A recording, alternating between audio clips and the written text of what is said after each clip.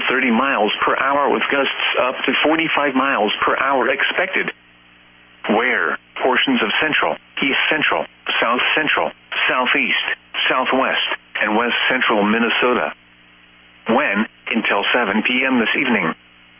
The following impacts are expected. Gusty winds will blow around unsecured objects. Tree limbs could be blown down and a few power outages may result. Additional details. Winds could gust over 55 miles per hour within heavier showers and slash or weak thunderstorms. Winds this strong can make driving difficult, especially for high-profile vehicles. Use extra caution. Repeating, a wind advisory remains in effect from 7 a.m.